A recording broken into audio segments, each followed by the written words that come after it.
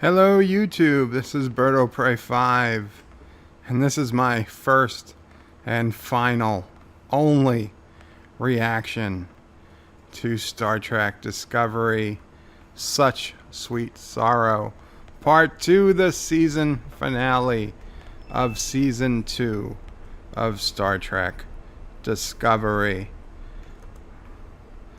Oh my God. I don't know what I just watched, but it is not Star Trek. It was time, like I said last week, they finally made it. It was time to play Star Wars, and man, was this the best Star Wars battle I have seen since the original Death Star got destroyed. There were tons and tons of ships. There were hundreds of ships pouring out of the back of the Enterprise even after they launched all their ships last week. So all the ships were already out. A bunch more started pouring out of the shuttle bay like there was no tomorrow. Then when the Enterprise starts taking damage, a whole bunch of droids, yes, droids, R2-D2 looking like droids, pop out of the hull of the Enterprise to start repairing the ship. They're called R7 something repair bots. Oh my God. It is Star Wars with the Star Trek branding. Disney, you need to sue CBS. Disney, they are ripping you off. Okay, I think I saw Luke Skywalker in the background at one point. Okay, he was there. Just sue CBS. You must take him down. I got confused. Was this episode 9? Because I don't know. I thought I was supposed to be watching Star Trek. But in Star Trek, they don't have fighters. They don't have hundreds of ships shooting out of other parts of bigger ships. They don't have, oh my God, the Section 31 ships. The Section 31 ships. They're like Transformers or something. They just come apart and become hundreds of mini ships. And then the queen of Zeha, just jumped in a fighter. She stole a fighter. She happens to know how it flies. And she's flying around. And yes, this is a scene out of The Empire Strikes Back or something.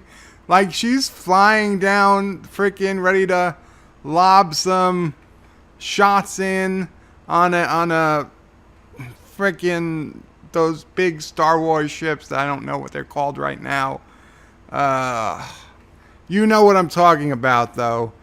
Yeah, like she was in an X-Wing. She was just flying around. I could have sworn she was in an X-Wing. And she's like, oh my God, you need to know only way you can destroy these Section 31 mini ships, because they have some type of crystalline lattice shielding. They need to be shot at the exact same time by two ships. They need two simultaneous hits to be destroyed. Okay, if you can't hit them twice, they are impossible to destroy. No matter how big a weapon you have, if you only shoot it in one spot, they're indestructible. Okay, and believe me, we're going to get back to the indestructibleness, because that was not the only thing. That was beyond ridiculous. This entire episode, from start to finish, should have taken 5 to 6 minutes. Okay, we're supposed to believe that this was an hour and 5-minute episode. An hour and 5 minutes, no commercials. For this full hour and 5 minutes, the Enterprise and the Discovery and their several hundred tiny support ships that apparently fit inside of them are fighting 30 Section 1 ships that all come apart into hundreds of mini ships. And halfway through the battle, Leland beams over to Discovery. He's the only, by the way, all the Section 31 ships are empty. Leland is the only person, and who's not really a person. He's just really nanobots at this point. But he's the only life sign. So everyone else in Section 31 dead. The ship's on autopilot. They're being controlled by Leland. Leland beams over to Discovery.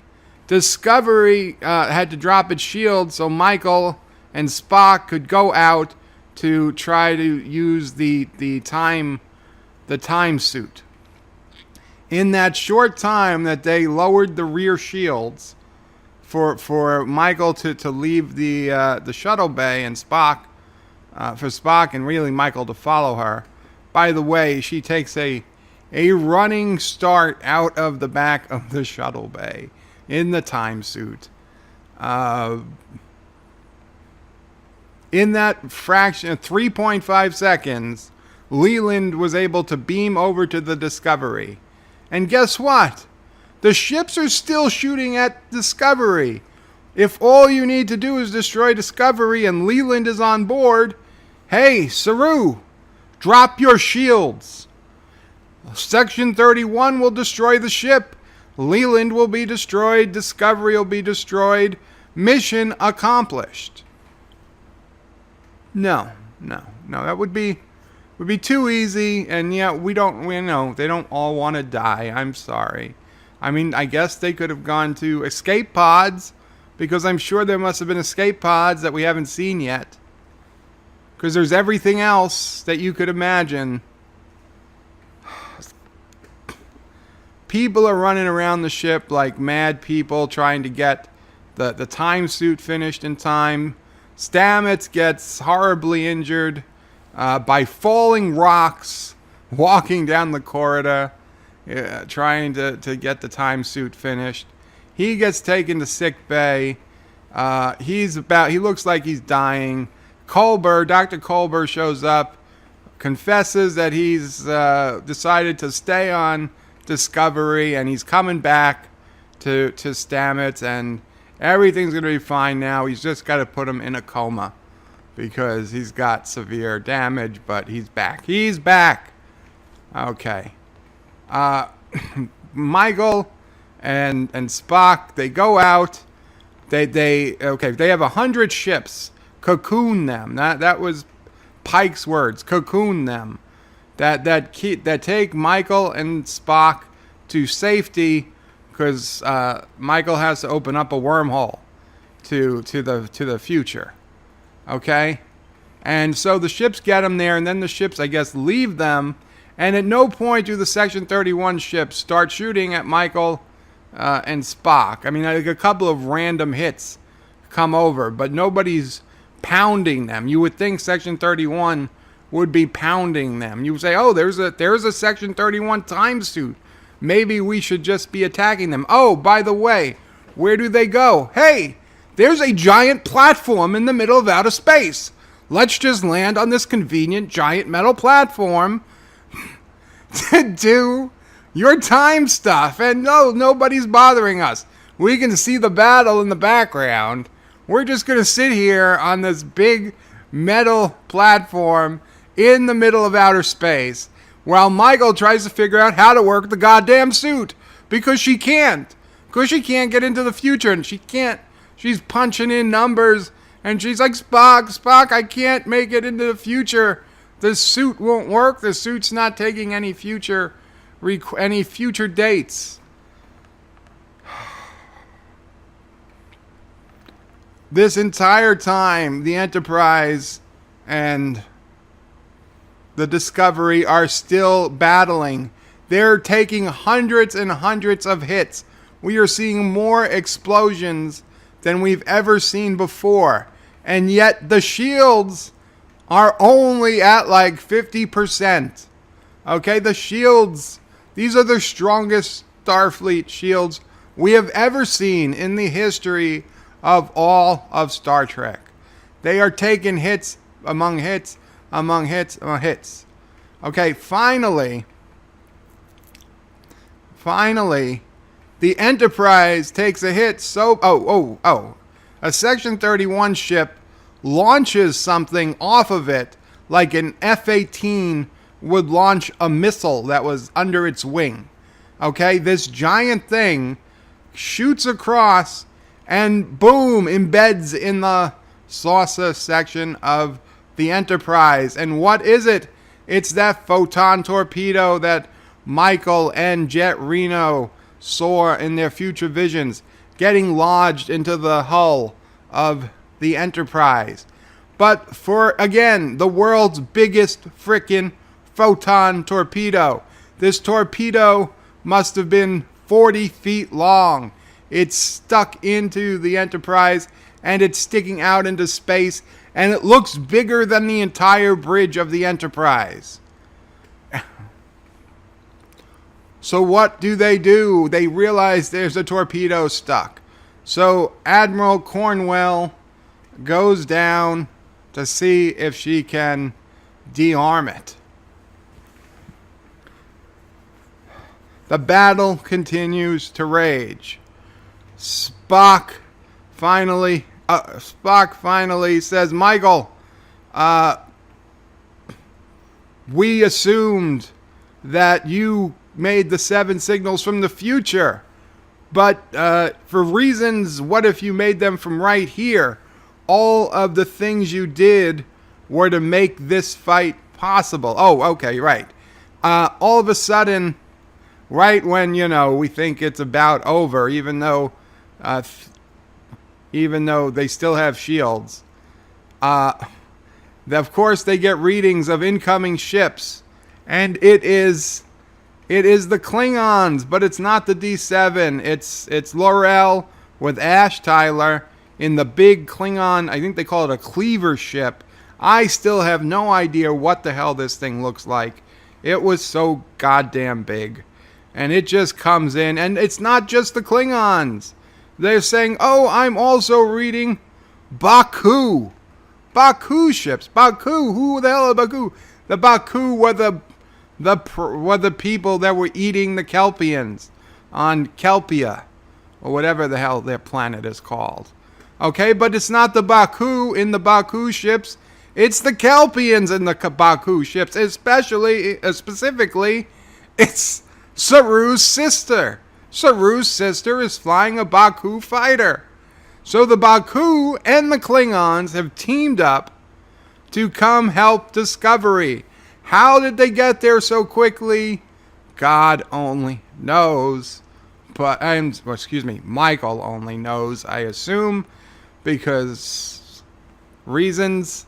And so the Klingons, with their big cleaver ship, and the Baku joined the fight. Now, they were holding on. Discovery and Enterprise were holding out for so long over these Section 31 ships that you would think with these extra ships in the fight, they would clearly just win the day. But no, they're still just taking a pounding. There doesn't seem to be any ground made. And L'Orell says the Klingon D7s are on their way. So at this point, Spock is when he realized, he's like, Michael, all these other signals, they were all to bring us to this point. We never would have gone to Kelpian planet if not for the red signal, and you needed the Kelpians to come here to help even the fight. Right? I mean, yeah, it would have made too much sense to just jump to somebody in Starfleet and, hey, Starfleet, on this day you need to be at this location because we're going to have a lot of problems. That would have been too easy. No, she had to actually make Saru's entire species evolve in order to make this day happen. So yes, they went there to get the Kelpians so the Kelpians could join the fight. They went to Hiea, because she was the only woman in the universe. Spock's words. The only woman or the only person in the universe who knew how to work the time crystal. They went to that freaking planet in the Beta Quadrant with the church on it because that's where Dr. Burnham, Michael's mother, sets up her place in the future, and that's where Michael's planning to go.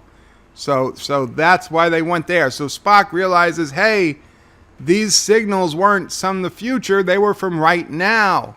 So Michael realizes right at that moment on her giant big space platform, oh, I don't need to go to the future, I need to go to the past. And I need to do those first 5 signals. And so she goes. And we get like a clip show for 15 minutes of Michael returning to the first signal to save Jet Reno. Because they needed Jet. They needed Jet Reno to get this far, right? So Michael, the only reason Jet Reno lives is because Michael Burnham needed her for today. So yes, we see clips of Michael Burnham going back to the first signal, the second signal, all the signals basically. Leland, meanwhile, is on the Discovery. He is trying to get to the sphere data. He's locked himself in a room, and Saru is trying. They can't get him. They can't beam him out. They can't do anything. So Georgiou and the Enterprise security woman, the Bazar species woman, whatever her name is, they're both friendly now, and they're both trying to get to Leland. They're the only 2 people. Everyone else on the Enterprise is too busy. So they're the only ones trying to get to Leland. Finally, they open the door. Leland figures, the computer keeps telling Leland it can't find the sphere data. All of a sudden, the sphere data is gone. The sphere data that could not be transferred out of the Discovery computer, that could not be deleted, it is gone. Leland cannot find it. The computer cannot find it. It's gone. Georgiou is there holding the damn quantum transfer chip that Leland gave Georgiou back 3 episodes ago, that was supposed to transfer the data to the Section 31 ship, and she's holding it. Excuse me. She's holding it, so he realizes that she's transferred the data somewhere else. Of course, she won't tell him where. And then they start running so that Leland chases them. Okay, Leland, who is a basically robotized, spored nanite technology, invincible, okay, gets beat up between Georgiou and the security chief. Okay, now the security chief, her weakness is quick. Just rip her goddamn face mask off, and she's basically dead. We saw that happen with the robot woman. She ripped off her face mask. Boom, she was out of the fight. Leland apparently doesn't know that. So Leland is actually trying to fight them. He's got Georgiou. He's beating the crap out of her, but she's not going to tell him where she hid the data. Then all of a sudden he's like, I know where you hid the data. And then she starts kicking him and kung fuing him. And somehow she overpowers the robot Leland, locks him in the spore drive, which he can't find his way out. So you're like, oh, okay. What are they going to do? Are they going to spore, transfer him to the spore network? Is she going to send him to the Terran universe? Because if he's in the spore drive, they could do something cool. They could do something. No. All she does is turn up the magnetism, and she says, I'm going to magnetize this now, and you're going to be in pain. It's going to hurt, and I'm going to love to watch you in pain. Why? Why would it hurt? He's a robot. Would the robot program itself to feel pain? That is the dumbest thing I ever heard. Of course, it seems incredibly painful for him. And then he dies. He dies! He dies! She killed him! Discovery hasn't yet gone into the future. Michael Burnham is only now opening the wormhole to go to the future. They still have plenty of time to not go into the future. Leland is dead. All the Section 31 ships stopped firing because he was the only one controlling them. The battle is won. Why are you still going into the future? No one knows. Back on Enterprise, the Admiral cannot disarm the photon torpedo. She calls Pike down. Pike comes down. Hey, what's the situation? Oh, number one was with her too. They were both trying to disarm it. She sends number one back up. Pike comes down. Pike's like, what's up? She's like, we have about 90 seconds before this torpedo goes off. Oh yeah, the torpedo has a 15-minute countdown timer. Why does a torpedo need a countdown timer? Who knows? Who effing knows? So Pike's like, well, it's fine. If I stay in this room, this torpedo can't go off because I know my future and it's set in stone and I don't die here.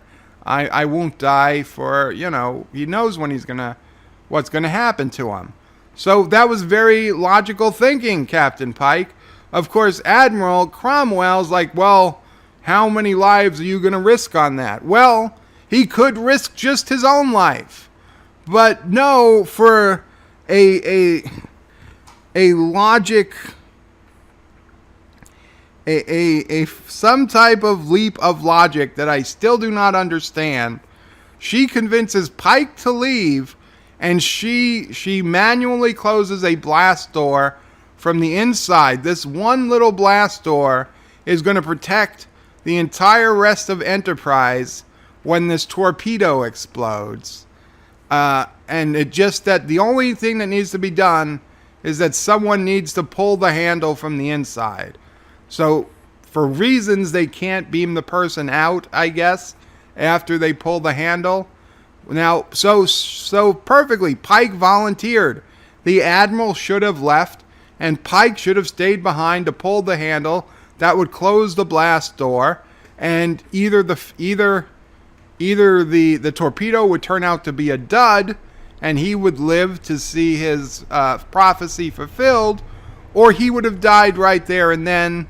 Either way, they were losing an admiral or a captain, and Pike would have much rather die like that than live how he saw himself to live. So it would have been a win-win either way. No, somehow Pike gets convinced to go outside. Now this blast door, mind you, looks like a glass door on my house. In fact, the door on my house has less glass than this blast door. Okay, maybe it's transparent aluminum. Whatever it is a thin metal door with a big effing window. The torpedo that is 40 feet long is 10 feet away from the door. Pike stands right at the door. As the torpedo explodes, a photon torpedo is many times bigger than a nuclear bomb. But this little door with a glass window, the brightness should have incinerated Pike alone. But this door, no bigger than I don't know what, protects Pike completely. Not harmed in any way, not even little bit of flash blindness. This torpedo is so powerful, people feel the rumbling on the Discovery. Half of, maybe a third of the Enterprise's saucer section is blown into space. The only thing bigger, it looked like the explosion from Praxis from Star Trek 6. Okay, I was waiting for it to send a wake into the Beta Quadrant and for Captain Sulu's tea to fall off. It was that big of an explosion. But Pike, perfectly fine, 10 feet away from the explosion. And then Pike radios Discovery. Discovery says, "Are you guys okay?" Pike's like, "Yeah, I'm okay, but we lost the Admiral." We lost the Admiral. Does it end? No, it gets worse. It gets worse.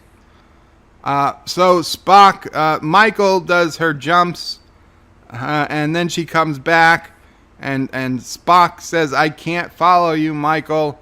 The shuttle took a hit, and my engines are damaged." Spock was going to follow Michael into the wormhole. So Discovery's like, "Well, how are we going to follow?" And she's like, "I'll send a sixth signal. That'll be the sixth signal." Because remember, there were 7 signals, even though they never saw the signals, but they know there are 7 somehow. So fine. So the 6th signal is the signal Michael makes for Discovery to follow, because apparently they couldn't see what the middle of the wormhole looked like, even though it was clearly visible. So why are they going into the future? Still, nobody can answer me. Why does Discovery need to go into the future of Section 31 if Leland is dead, if Control is destroyed? They're still going into the future. Fine. Before they leave, Michael and Spock have to say their goodbyes, a long, extended, sickening goodbye, where Spock confesses to Michael that Michael was the one who taught him how to be the person he is, and that he can't live without her, and he doesn't know what he's going to do, and he's afraid to lose her. He's afraid what will happen without Michael Burnham in his life. And Michael tells him, "Spock, it's always, the power's always been in you." She inspires him. She gives him a story. She basically says, "You need to seek out the person least like you and grab on and be their friend, and that will be what will bring balance to your life." So basically, she's telling him to go find Kirk. Find a Kirk person, and that will be your balance. And so Michael Burnham is directly responsible for Spock and Kirk becoming such good friends, basically. And then Discovery follows Michael Burnham into the wormhole. And there's still like 10 minutes left of the episode. We never see Discovery again, thank God. Unfortunately, we'll probably see him next season. But that's it. Discovery is ended. There's no more. We don't know. Jet Reno, the visions of the future she saw, never pay off. They're gone. Everybody on Discovery is gone. So what are we doing? Okay, the Enterprise. Everybody on the Enterprise, Spock, number 1, Pike, and Spock got beamed over to the Enterprise. So they all are back. Oh, we get a beautiful shot of future San Francisco. Of course, we know that's Starfleet headquarters, and there is a random admiral apparently debriefing everyone involved, including Ash Tyler, including Pike, including number 1, including Spock, everyone that was at the battle from the Enterprise, and everyone swears to Starfleet Command. Every single one of them lies to Starfleet Command and says the Discovery blew up or something. Of course, there is no wreckage. But the Discovery was destroyed. And they're like, "Well, our sensors indicated gravimetric distortions." And Spock's like, "Well, it's not my fault your sensors told you that. I can't be expected to explain why your sensors are showing something different."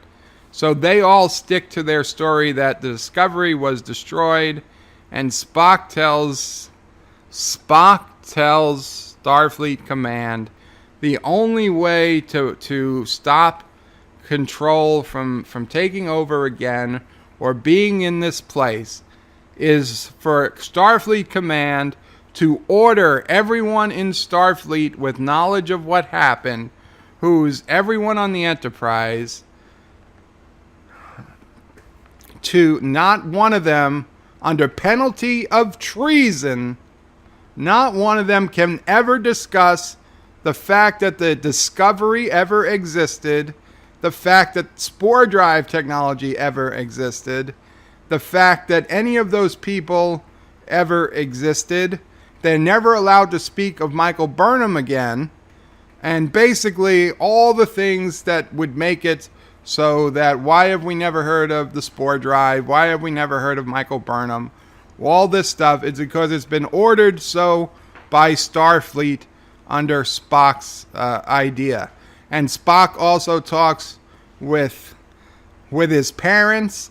So Amanda and Sarek, recognizing the importance, have agreed never ever to speak Michael's name in public again. And of course, Sarek, despite being ravaged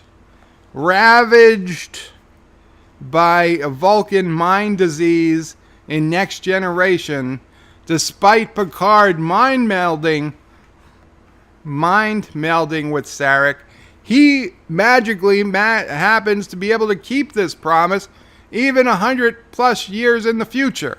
So good going, Sarek. That's some quality mind discipline there. Absurd.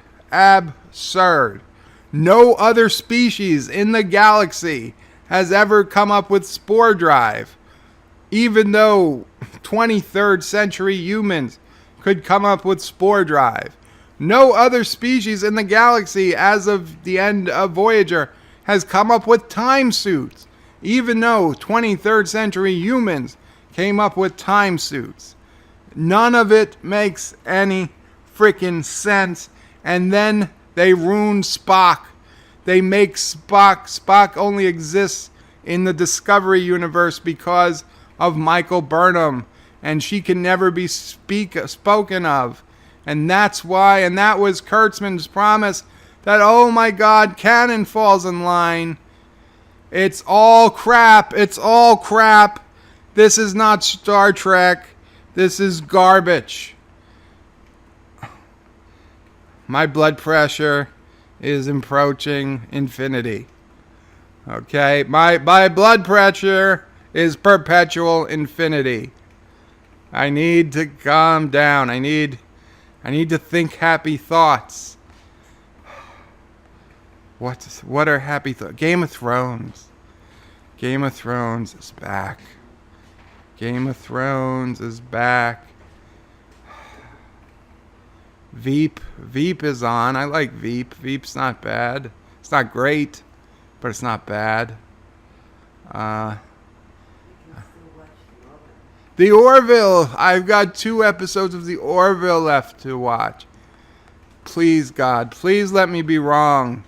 Please let me be wrong. Please let The Orville be renewed, even though I know deep in my heart The Orville has already been canceled. But even still, there are 2 episodes I still have yet to watch. The Twilight Zone, that's nothing. That's no help. That's making me rage again. Fluffy bunnies. Think pink fluffy bunnies. No, I'm thinking of DJ Odyssey. Oh my God. Think of something nice.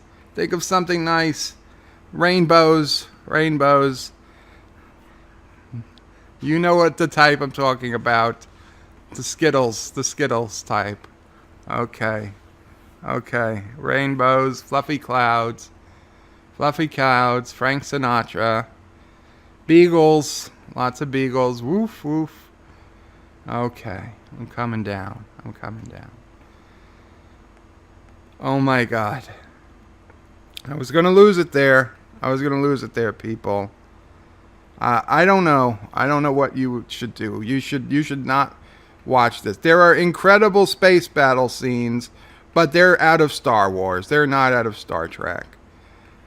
I give this, as I give all of Star Trek Discovery, a rating of absolute 0 on the Kelvin scale. No pun intended.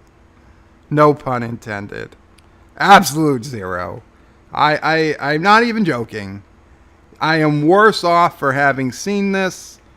I have wasted half of my life these last few weeks watching this show, and may God have mercy on my soul. Qapla.